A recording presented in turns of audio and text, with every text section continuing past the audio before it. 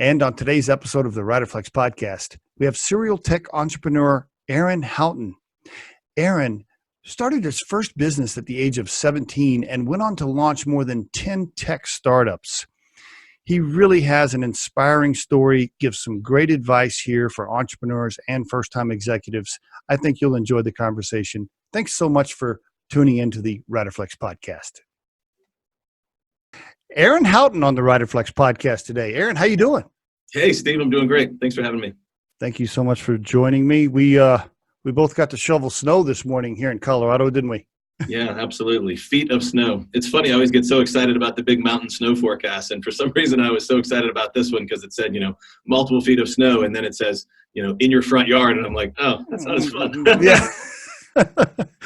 Yeah. This morning, I tell you, I'm 52. So that shoveling, my back is not quite as strong as it used to be. Yeah. You got a comfortable chair there? You ready to go then? I do, though. Yep, I do. Thank you so much for being on the show. I mean, we give entrepreneurial advice and on this podcast, and you're the perfect guest, right? You've been doing it since you were like 16, 17, something like that, built and sold several companies. So I appreciate you being on and sharing your story. For the folks that don't know you, why don't we start off with, where you're from, where you grew up, a little bit about your childhood and parents and all that good stuff. Yeah, cool. So I spent the last 20 years in North Carolina. So I live in Boulder, Colorado now. I've been here 2 years. And spent the last 20 years before this living kind of in the central part of North Carolina around Chapel Hill. Okay. Went to school there. So I kind of these days consider myself a North Carolinian. Although I was born in the Midwest. I was born in Wisconsin. So I was my first 7 years of my life were with snowstorms like today being the regular. Okay. So grew up in a family where we spent a lot of time outdoors. Both my parents are educators. My mom is they're both now retired, but mom was a career speech pathologist, so working with young children and also an adjunct at a university teaching speech pathology students. Okay. And my dad was a professor of education, so teaching teachers that would come out to be middle grades education teachers in school systems. Wow. I find that interesting, by the way, because I just assumed that one of them may have been an entrepreneur or a business owner, but neither one, huh? Neither one. I had a neighbor who ran a painting business, and he once showed me how to use QuickBooks when I think I was 13 years old. And yeah, that was kind of as close as I got to proximity to the business world. I had a really kind of wild childhood growing up those first 7 years in what I think is casually called like the married family housing, like the apartment complexes that are on campus at a university that have families in them, and set for grad students typically. And because UW-Madison's a big international university, I didn't have a single friend growing up who was white, who spoke English as a first language. Is that right? Wow. Everybody was from everywhere else. And so my idea of normal for the first couple of years of my life was really abnormal. And then we moved to Fayetteville, Arkansas, where my dad got his first professorship. And it was a little bit different, but it was a great place to live, small mountains and good active outdoor culture there. So 5 years there. What year was that? So we left Arkansas in, I think, 1993 to move to Asheville, North Carolina. And when you left there, you were what grade were you in at that time? I finished sixth grade in Arkansas and started seventh grade in North Carolina. Okay. Yep. All right. So he got another job. He got moved again? Yep. He decided he wanted a different position in the university and got what was a better match. So I remember at the time when we were leaving Wisconsin, actually, we had 3 opportunities. It was Jacksonville, Florida, Fayetteville, Arkansas, and Juneau, Alaska. So that was a big life branch. It could have been very, very different. We did Arkansas for a few years, and then he got this opportunity at Western Carolina University just west of Asheville in North Carolina. I see. Okay. Any brothers or sisters? Yeah, I've got 2 younger brothers. Both incredible human beings and great friends of mine. Younger, so you were the oldest? I'm the oldest, yep. My youngest brother actually flies in tomorrow night to spend Thanksgiving with us here with his wife in Colorado. And we haven't seen him in a couple of years. He's lived in Sydney, Australia the last 3 years. Wow, okay, that's cool. Yeah. All right. So you graduated high school in North Carolina. Yep. You got into UNC. Got into UNC, in-state. Yep, exactly. Awesome. Did you pick that school because you wanted to stay close, or was that you were a huge basketball fan, or why go there? It was funny. I'd only been in North Carolina a couple years, and although I played JV and varsity basketball in high school, I remember all these people talking about Carolina and playing Duke, and I was like, what even are those things? And I was like, we live in North Carolina. Aren't all the schools Carolina? I mean, I was clueless about this stuff up through the point at which I started applying to colleges. And my two primary schools were Wake Forest and Carolina. I got into both, and Wake, being a private school, wanted to charge like $30,000 a year. And I got a massive scholarship that paid for all of it except for like $5,000 a year. And Carolina was still cheaper as an in-state school. Wow. So Wow. Okay. It kind of came down to money in the end, but actually got a scholarship in last minute, kind of 11th hour, to go to UNC that paid for effectively all my tuition and room and board. Wow. That's a major deal. So your grades in high school were pretty damn good then. Yeah, I was I third or fourth? I was fourth in my senior class, but a small school. I ended up getting a scholarship last minute from the Sam Walton Foundation. So how perfect is that? I lived in North Carolina for 5 years, in Arkansas, in Fayetteville, near the headquarters of Walmart. And I ended up in North Carolina now getting a scholarship, and literally Walmart paid a full ride for me to go to Carolina. How about that? Well, that's interesting. Okay, now I got to ask you, did you get to go to Duke, North Carolina basketball game? I mean, we had a million of them. Yeah. Are you serious? Really, you're in the stadium. That's pretty cool. Pretty cool. There's no more intensity than that, other than maybe the entrepreneurial world. Just sitting in a seat in the Dean Dome, watching us, sometimes beat and sometimes get beaten by the Dukies from 7 miles away. My heart rate is never below about 140, I think, in one of those games. Oh, and even now, watching them on television, I'm corrupting my young children with the same behavior.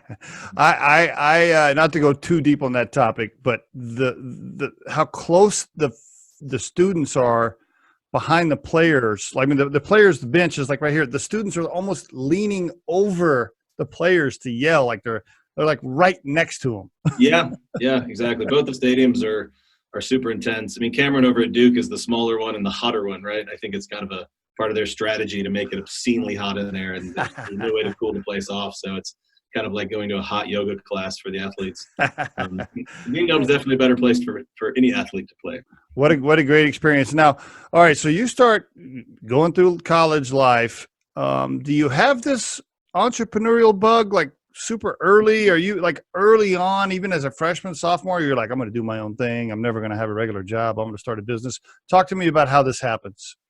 Yeah, kind of. I had a couple of maybe normal jobs as a high school student. I mowed neighbors' lawns, which was brutal in the summer heat. And I did some like athletic stuff. Like I was a scorekeeper at basketball games, and I refereed soccer and basketball, which was a lot of fun. Okay. And so, but was an employee and did that sort of work. I think I got paid like $2 to do scorekeeping per basketball game. It's like amazing. Yeah, but following that, in high school, my dad, being a professor at the time, he was always kind of on the cutting edge of thinking about like what sort of technology or what sort of things are going to be dominating education in 20 years from now, right? So if he's teaching teachers that are going to come out and teach 8th grade for their entire career, like what's on the horizon so that he can help prepare them for that. And so computers and technology in the 70s and the 80s and the development of the internet, those were all really interesting things to him. And me being his oldest of 3 children, I think I just got some of that indoctrination. And I was like, here's what a website is, and here's why a business might want one. This was in 1997, probably 1997. And I remember that year he told me something that I still remember very well to this day, which is that he said, next year by Christmas, it was probably about this time, maybe November. He said, next year by Christmas, a year from now, which would have been like 1998, you'll be able to buy anything you might want to get somebody as a Christmas present on the internet. And that was like unbelievable at the time, because I think there were like 2 things I could think of, like Land's End maybe had a website and you could buy pants. And I remember thinking like everything, that's impossible. Like impossible. How could that even be? So, that's how I came to the internet, and how I came to technology was from the very front side of it. And I started building websites for people. So that was step one as a high school. Okay. All right. You started making money building websites. All right. And you were a computer science major. Yeah. I eventually ended up, studying computer science. But, by the time I got to Carolina, 2 years later, I was writing software. I taught myself by buying an O'Reilly book, which at that time you could then buy on the internet, probably from Amazon, Barnes and Noble online. I don't know. And I taught myself to program, and I learned HTML by some online tutorials that Dad had pointed me to for how to build a website.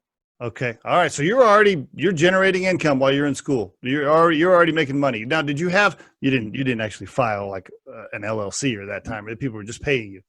So I need to look back on the founding date of it. I actually just dissolved that entity last year. It was an S corp, a North Carolina S corporation, which was called Creation.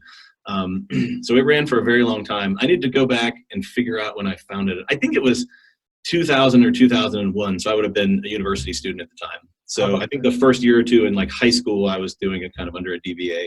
I remember my mom basically made me send her this like handwritten at the time. I wasn't even putting in a spreadsheet, accounting of all my expenses and income. And I think because I was under 18, it went on their tax return, I think. So they had to like basically pay taxes on the profits of this little business or something. But it was enough money. It wasn't a lot. It was, I don't know, $5,000 to $8,000 a year. But as a high school student, it was good money. That's correct. And I just kept building that as a college student too. I think my senior year at Carolina, I built probably $60,000 top line. Wow. How about that? Okay. All right. And so are you thinking I'm going to start a different, what was your plan at that point? I'm just curious as to where your mind was. What were you thinking at that point? Yeah. So the web design work got me into software because of one very simple fact, which is that people that I built websites for, which were like the average small business owner in so many ways. Okay. And so they started asking for the ability to update their website on their own. And there weren't really platforms for that at the time. People would build websites out of HTML. They'd save all the files to a server, and that was now a website, and the links would click between the files. And there was no real software powering these things. Yeah. And so they started to ask for really simple things like, can I just update a little message paragraph on the top of the homepage that says like what's new at our property this week or this month? And I learned software in order to figure out how to deliver that to them. Okay. And then I think I just started solving their other types of problems because I had these kind of, you could call them consulting clients where I'm building websites for. And they said, well, I've also got this problem. I've also got that problem. I need to inventory all the people that are checking in at our bed and breakfast. I need a better way to build them. And I just started building things that they wanted. Wow. That was it. And this was all Creation. This was all called Creation. Yep, okay. Exactly. All right. It came from my struggle to find a domain name that was available even in 1997. And so I said, I'm doing web page creation. And I just smushed those last two words together and came up with Creation. Oh, I see. Okay. That was it. Yeah. And you did that until you started Eye Contact? No, I actually ran that company and had 10 employees, almost $1 million in revenue in 2007, 2008.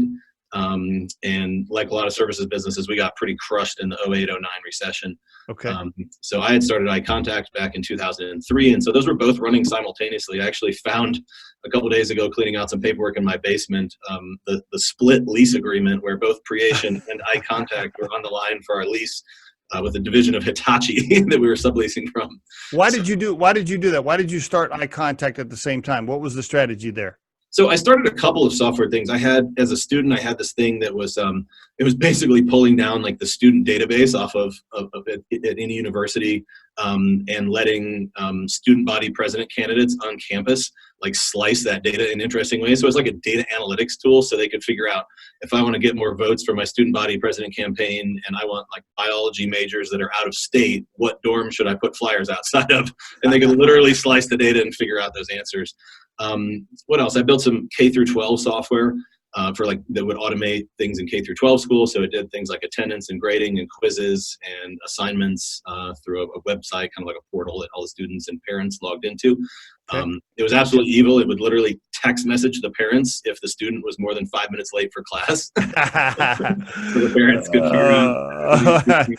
So I had a couple of these things. Your friends must have gave you hell over that one. Your friends. Yeah. It was. We strictly had to sell it in school districts where I knew no one. Yeah. All right. So you had a few things going on here, but for Eye Contact, did you bootstrap that yourself? You had a partner, or how'd that work? Yep, absolutely. So I worked on that project for a couple years before I met a guy named Ryan, who would end up being my kind of co-founder for years in that business. So that thing, in concept, dated literally all the way back to high school when I was working with all these tourism-based properties, people that own cottages and inns and bed and breakfast. And they had these really, in Western North Carolina, it was a very seasonal business. And so they wanted people to come. People only came to see them about 2 months of the year in the fall when the leaves changed color. And they came from Florida, Alabama, Texas, and the South. Louisiana, and so the rest of the year, their customers were 1,000 miles away, and they wanted an email tool to help them update those people. So I just had this thing, and I actually offered it for free to anyone who had a website and hosted it with us already. I had someone, a guy named Wayne, who ran like dog treat website come along a couple years later and offered to pay me $500 to use it. But it was like really casual until I met this guy named Ryan, who would end up becoming my co-founder, Ryan Ellis, at UNC. And he was like, man, we should do something really big with this, because he had interned at a company literally in high school in Bradenton, Florida, where he had run an email marketing campaign for a nutraceuticals company. And he was like, dude, we paid like $5,000 for a piece of software that we installed on a computer, and it took down the office's entire internet connection for 3 days every time we sent an email.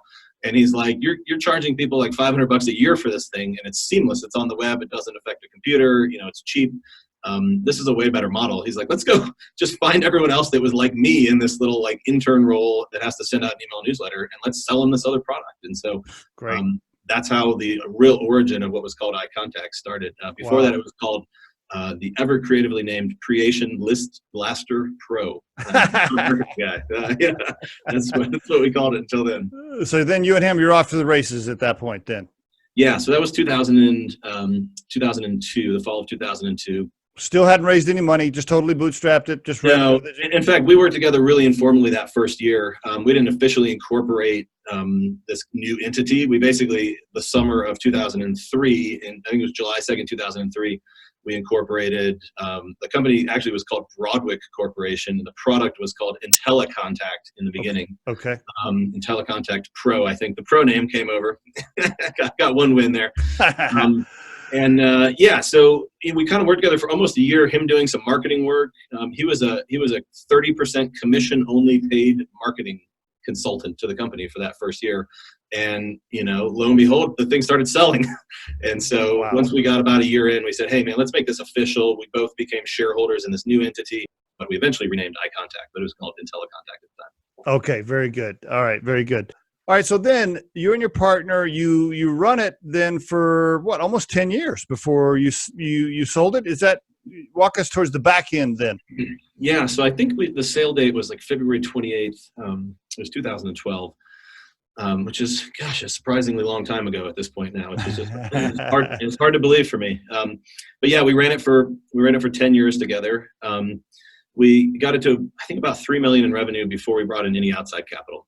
Okay. So the fast forward version of this entire story basically is that we bootstrapped it because we didn't need any capital, because I was a software developer and built it and had effectively a working product. Ryan was kind of like our product manager because he had some experience using a tool like it. And he's like, you're missing these 3 features, and here's how we should price it. And so together we had everything we needed to build a software company. And we had some early revenue that, the revenue when Ryan joined me was probably $300 a month.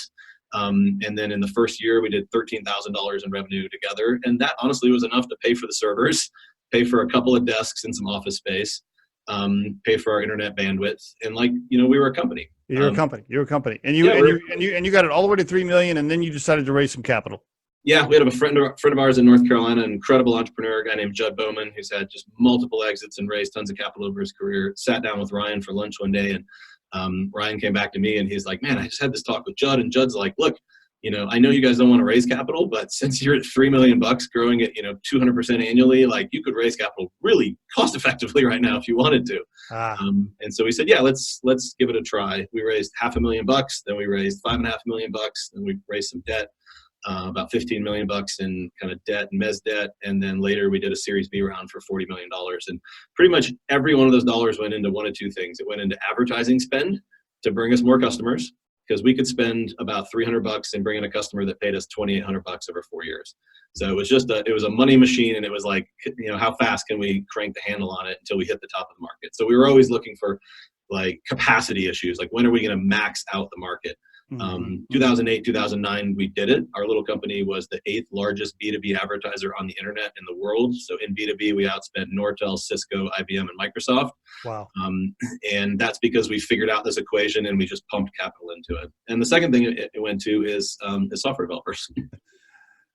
So you guys were able to maintain control as you raised that capital. I'm always just curious, and I don't know if you want to share it or not. I don't know, maybe that's a little private, but as you started raising cash, at one point, did it get uncomfortable because you got to give up more than 51%? Can you talk about it a little bit? Yeah, so I'll tell you the point that we did. So we did very late in the game fall below 50%. Okay. It was like 18 months before we sold. But one of the things that really advantaged us in the beginning was that because we got the company to $3 million without any outside capital, a normal seed round, a tech startup would give up maybe 30% of the company. Right. We gave up 4% of the company for our seed round for $500,000 because we got a great deal of value. So we owned like way too much of the company in most people's perspective for a very long time. Investors like had to put in special rights for themselves so that Ryan and I couldn't just take over the place. I love that. I love that. Now you had no experience raising cash really up to that point. Did that first mentor you mentioned that gave you the first round of cash, was that the person that guided you on these additional rounds, or who did you go to for advice on that stuff? Yeah, I think with the first round, it was in big part Judd. There were some other resources. Our office was practically on the UNC Chapel Hill campus at this point. Okay. We were we were in the downtown, which is called Franklin Street in Chapel Hill, where all the college students hang out. That's where our office was. So literally it was 100 yards from the official edge of campus. So we literally used our professors for a while as we were still students. Like I would set up office hours with my economics professor because I was taking like Econ 103, and I would go in and ask him about a pricing model in the business, and we ask him about our pitch deck and things like that. So that's great. Some was university resources. Others were just, entrepreneurs in the community that said, here are the slides you need to put in the deck and help us figure it out. That's so awesome. What was it like the first time you sat across the dinner table for somebody and asked them for $1 million? Was that weird? It was terrifying. My legs were trembling and my hands were trembling.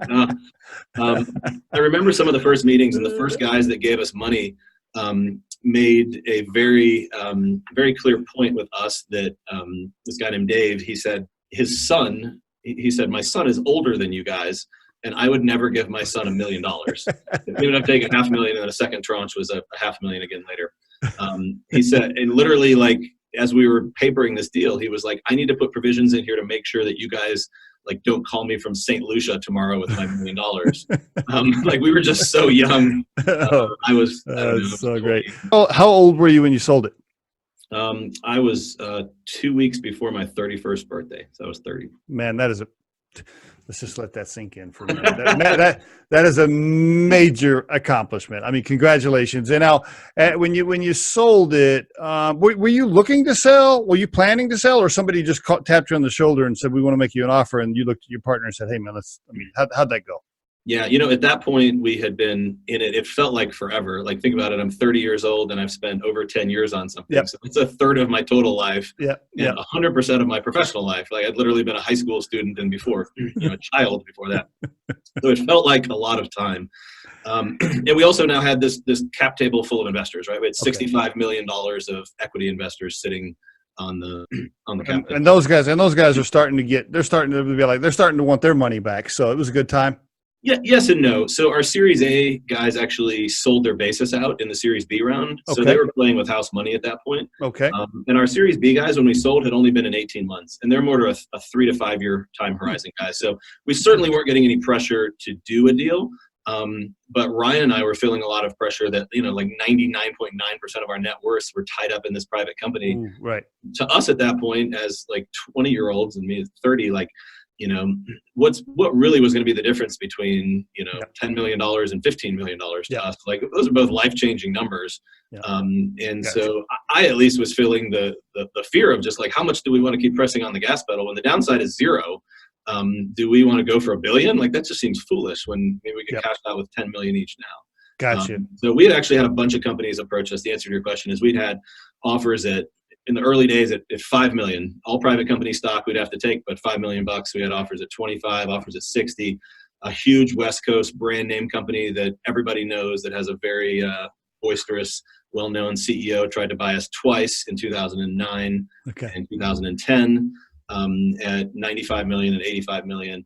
And so we had offers along the way. We'd actually tried to get all of those deals done and they'd just fallen through. So we were saying yes. And we tried to get them done, and they backed out on us for a variety of reasons. So I bet that was a stressful time. Even though you knew you were going to walk away with a lot of money personally, that had to be stressful during that time. I'm guessing, super stressful. So when you sold it, why are you still working? Why aren't you just skiing every day? So because you could have retired, right? Yeah, absolutely. Yeah, I do a lot of skiing. Still. Why would you start Boots? Why would you start another company after walking away with millions of dollars? Why would you do that? I mean, you started Boost Suite like right away. Why? Why wouldn't you just like take? By the way, you're married with kids at this time? Not at that time. No. Okay. Why would you do that? Why would you start something else? I would have like taken a couple of years off and just I don't know traveled around.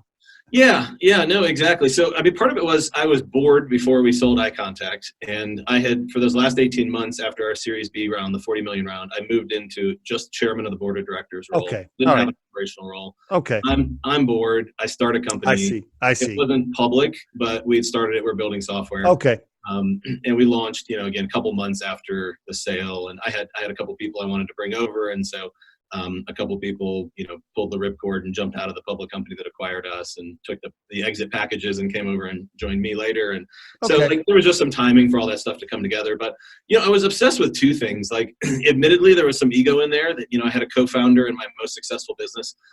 We fast forwarded through a lot of these, which there's just not enough time to go into all of them. But I've started 11 software companies. I know. I know. When Yeah. Trust me. I almost called you and said, "Hey, man, can we schedule 3 hours?" No one wants to hear about all of them. but The point being that I had a lot of solo founding ones, and then I had this one with a co-founder, and then that was the big one. And I'm like, in my own head, I'm like, God, am I actually good at this? Can I do this? Can I do this on my own? I said that's interesting. Okay, all right. Was it all my co-founder? Is he just like, all right. Does he have the Midas touch and I don't? Or, okay, all right. I can see those. I can see those inner demons poking at you a little bit, maybe saying, "Hey, can you do this by yourself?" All right, that's good. All right. So, and then what? Fast forward. How did Boost Suite do? Tell us. Did you end up exiting on that deal too? There was an exit. It ended. Yes. I sold it to a friend of mine for a lot less money than I invested in it. Okay. Which was fine. There was just some crazy challenges in that business. We had 4 big product pivots, trying to really figure out our place in the market. And then we were also squeezed between a couple of massive partners, like our partners, again, Shopify and Google, and we were a small startup. And so getting them to care about what we needed, getting their needs to align with ours was effectively impossible. And so what'd that do to your ego? Because you were bound and determined to start something by yourself. And then that one, so now are you like waking up every day going, damn it, I'm going to do another one. I don't know. What do you? It was more like, I was just sick and tired of it, kind of the whole game. I think partially I realized why I started that company is because I was just kind of addicted to trying to building things and to trying to be this successful guy that I wanted the world to see me as. You are that, just so you know. You are. Yeah, I just wanted to make sure that, like it never left or something. It was definitely not. The motivation didn't really come from the right place for that company. And I left that. And when I sold that, I literally moved to Colorado like 60 days later. It was just kind of needing a big life change. My kids are, 5 and 2 then.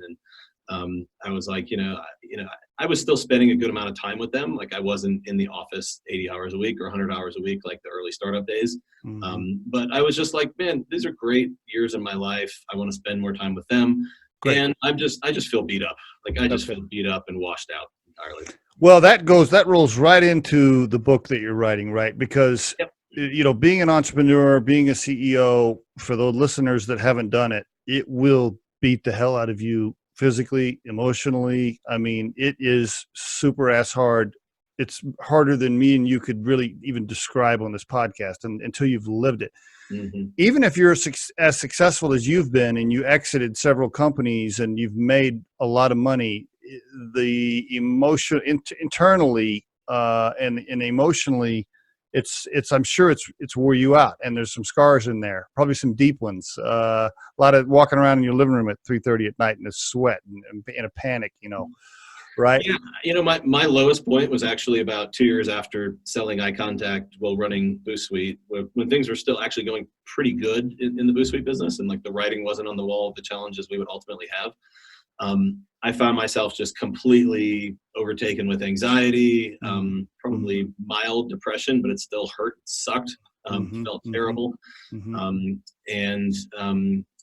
just couldn't get it together. Like my happiness was at an all-time life low, and I have more money than I've ever had. Mhm. And I find myself alone in this massive house. I've got a 2,000 square foot home office, and I write in the book. It's one of my favorite lines is something like, the nicest house on the nicest hole on this golf course with the nicest fairway and the nicest golf course in the nicest neighborhood in this amazing southern town of Chapel Hill. And I feel completely alone. And I don't That's know powerful, bro. how I've gotten there. That is. You weren't married at the time? I was married at the time. Yep. Okay. Yep. Okay. Yep. Okay. So, and we had young kids at the time. So had the family, but just these moments of like sitting in my office and, which was just anxiety overtaking me. And I looked at myself and I'm like, man, whatever I started with 10 years ago as an entrepreneur, I was a happy, optimistic, dreamer type person. Yeah. And it didn't make it through the ride. Like it squirted me out the other end with a whole bunch of money out of this process. And I lost everything else. And I had to look at myself and go like, how did I get here and why am I here? And this transition you've been in now is the reason you're writing the book, I'm guessing. And so I'm guessing you've gotten yourself into a better place emotionally at this point, enough to you kind of snapped yourself back, and now you want to share that story and talk about it in your book, I'm assuming. Yeah, so the book's called Startup Burn, and it's about the kind of this analogy that that's that effect that we as entrepreneurs go through the entrepreneurial process, and there's something we lose along the way. It's kind of like getting a sunburn. Maybe when you're not realizing it, you're excited, you're out playing in the sun, you're at the beach, and you're having a great time, and you don't feel it until you take a moment to go inside at the end of the day, and you wonder why your skin's blistering and falling off. And right. the startup burn effect is very similar. It's often just overcome by pure adrenaline and sheer will in the early years, and then over time it starts to really set in and change patterns. And Steve, look, the bottom line here is that entrepreneurship is making really smart people really sick. Mentally right. and physically ill. And some of the data there's very little research around this stuff, but I'm pulling together what is out there, and then my own experiences, and about 30 other entrepreneurs. We tell their stories in the book. And it's great. Entrepreneurs are 50% more likely to report having a mental health condition than non-entrepreneurs. They're twice as likely to report depression. And this one is just staggering, so I'll slow it down for it. 11 times more likely to report bipolar personality disorder. 11x. Wow. This is like a symptom of like putting people on the moon or something. Like it shouldn't be that acute, but it is. I believe all of those stats. Being a former executive with a regular paying job turned entrepreneur running Riderflex, I get it. I totally get it. I can relate, and not to share too much detail on this podcast, but yeah, it's super stressful, and it's even worse when you get your business to where you have employees and their families that are depending on you to make the right decision, and you meet those spouses and you meet those children, and you see the look on their faces, like they're looking at you like, hey bro, we're dependent on you to make the right decision. It's more stressful than I can really possibly explain. So I totally understand those stats. I really do. And you've lived it your whole life, right? So for that entrepreneur that is listening, that did wake up at 3 a.m. last night and walk around his living room for 45 minutes, super stressed, with his heart pounding out of his chest, what's your advice for that person? Yeah. So my takeaway from this whole experience, so like 11 companies over in total about 20 years, is that, my own advice to myself would have been, don't assume that my personal faculties are unlimited. Don't assume that my mind and my body are resources that I can use infinitely. And I tell people to do a couple things, and they're kind of weird. Like, I don't think you hear a lot of this in the entrepreneurial world. And that's why I think this message is really important to get out there. Measure your happiness, measure your freedom. So measure happiness. I literally on a 1 to 10 scale measured it for about 500 days in a row. I finished it about a year ago. Just how happy was I today on a 1 to 10 scale? Don't lose sight of that. If you're not doing things that you love, I think this is the freedom one. I think the best way to measure freedom is to look back at your schedule for the last week and how many 1 hour blocks were you doing things that you hate. If you're an entrepreneur and you're doing things that you hate, you haven't checked the freedom box that we all were trying to get to not be in the corporate cog in the system, and we want to do our own thing. Are we really free, or are we doing things that we hate all day long? And I think the third thing is empower I call it a personal health accountability buddy. But like for those metrics and any other ones you want to establish that have to do with you, the entrepreneur, right? You are the life force of your business. You are the creative force, the innovative force.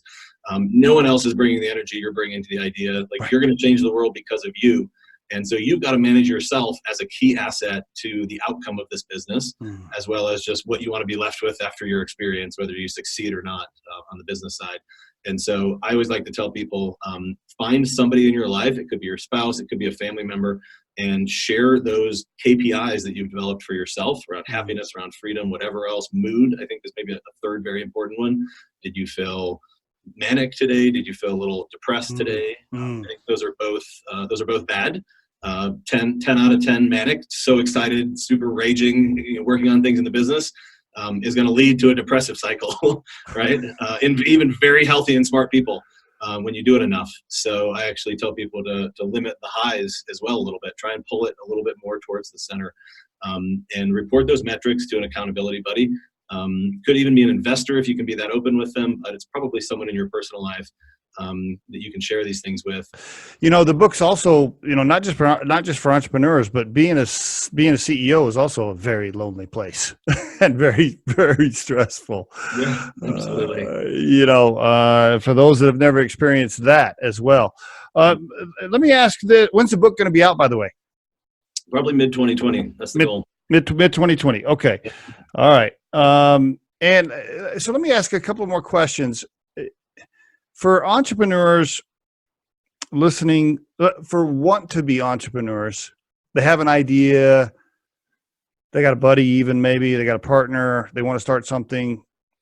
They're super scared because they both have regular jobs and they both, are married with kids and they got mortgages and car payments and they only got, $20,000 in the bank, and they're scared. They haven't pulled the trigger. What would you tell them? Yeah. So first, all of the previously stated stuff around mental health and performance. Second, around the business side of it.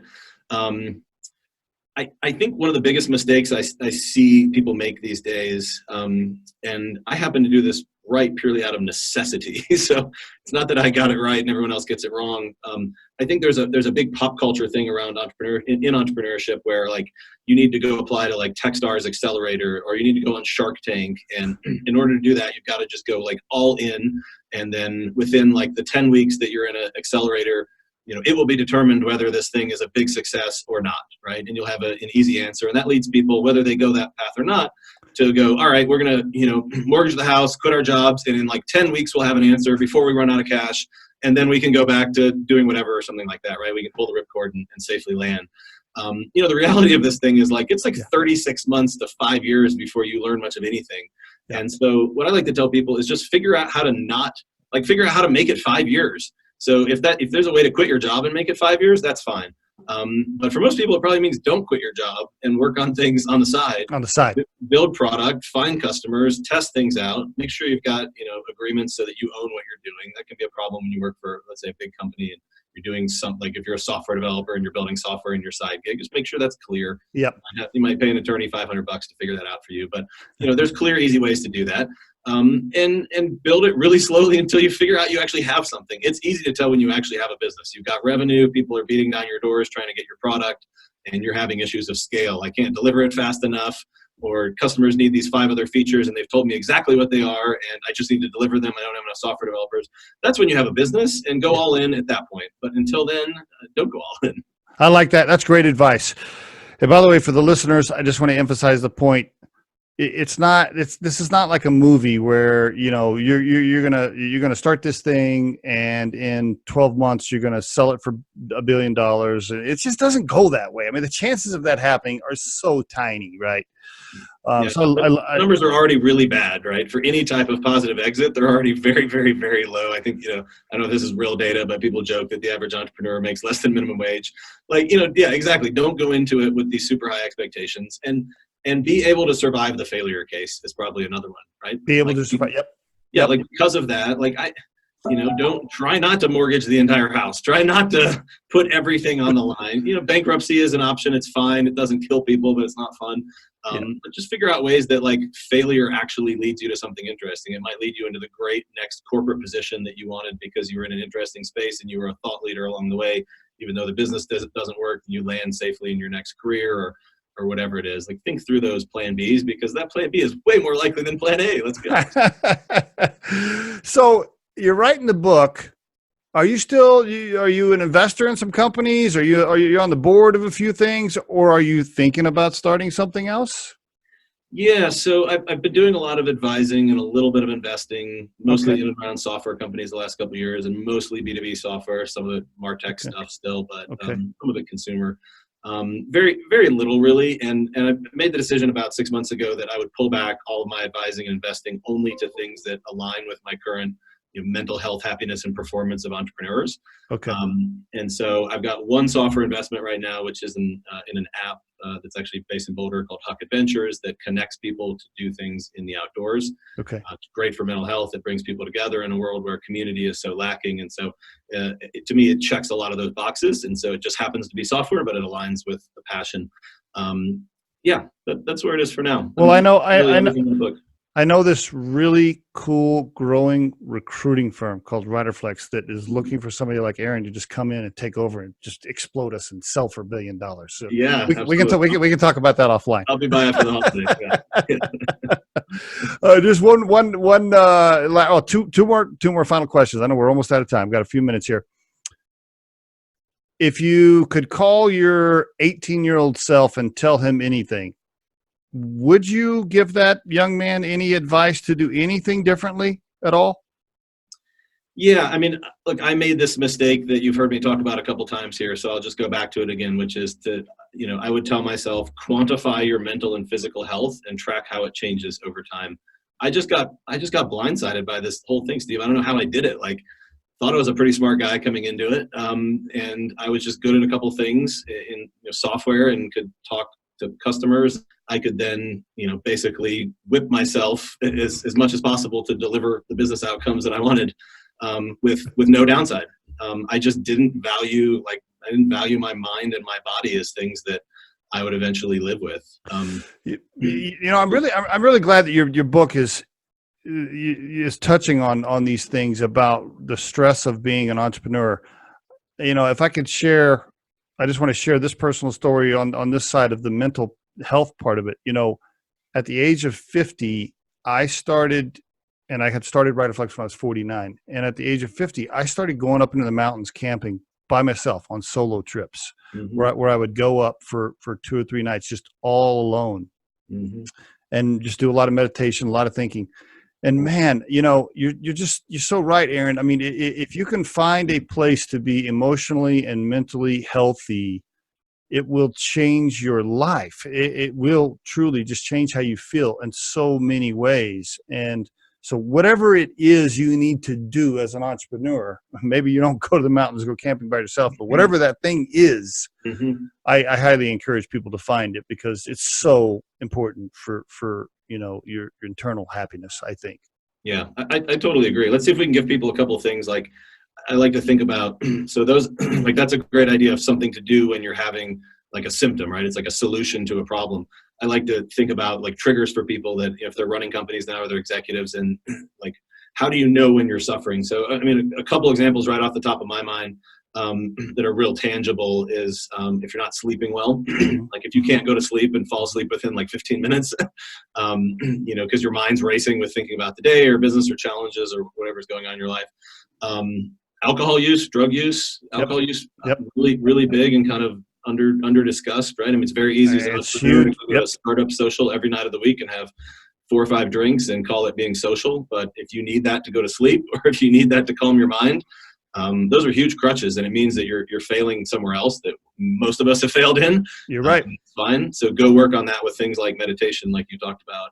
One of my favorite ones that is so silly, and I laugh every time I say it, but it comes up like 70% of the time when I interview entrepreneurs, is they have an eyelid twitch. Like, they'll just be going through their day and they're like, oh my God, my eyelid's twitching. Like, what's up with that? Like, if you Google that, that literally just says like you're under too much stress is the only cause of eyelid twitches. There's nothing else. There's nothing else. Simple one. So like if these are things that you're experiencing, you can maybe toss out a few others, right? Like these are signs that you're pushing too hard, and that's fine. We've all been there, but that means it's time to start seeking solutions. You'll find them. Great. Last question. What is Aaron's core purpose in life, if you had to put your core purpose into a sentence and you didn't tie it to your wife or kids, because I want you to push it beyond your immediate family, what is Aaron's core purpose? Yeah. So to me, it's to save 1 million entrepreneurs from themselves. We're addicted to achievement and stress. And I think that, to me, it's like save the whales, save the entrepreneurs. Not just because I want them to have a better experience, but also because the world relies on them, right? Like humanity's behind schedule on a bunch of things: education, climate change, distribution of opportunities, renewable energy, communities are falling apart, kindness is at an all-time deficit. Like the solutions to these things are going to come from the most innovative people, and the most innovative people are ill. They're sick right now, and I want to heal them. One of the things I love about you, bro, now that I've got a chance to know you, is you could retire right now. You don't have to write this book to help people, but you're doing this to give back. And that's obvious because you don't have to, right? You're doing it because you want to share and you want to help people. And that's pretty authentic when you hear you talk. I mean, it's real. And I love that about you. That's cool that you're sharing that story. Thanks. Yeah, it's my ongoing therapy. You mentioned earlier kind of, the book being about my process to go from that unhappy place to a happy place.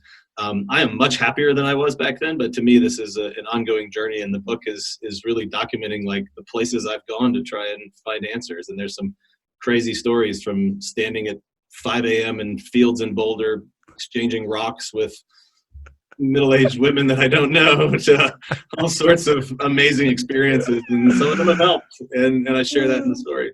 I love it. I can't wait for it to come out, matter of fact. Yeah. I can't wait for it to come out. Aaron, congratulations, man. What an awesome career. Congratulations on everything you've done, the businesses that you've sold. And thank you for giving back and writing something that's going to help entrepreneurs. I know it's real. I know people need help because there are times I might call you. By the way, do I have your cell phone? I might need to call you at 3 a.m. No, anytime. Anytime, buddy. Yeah, we'll go out in the woods and do some hiking and meditation together. I'm in. Exactly. Thank you so much for being on the Riderflex podcast. I really appreciate it, Aaron. Yeah, absolutely. Thanks, Steve. Take care, man. Thanks.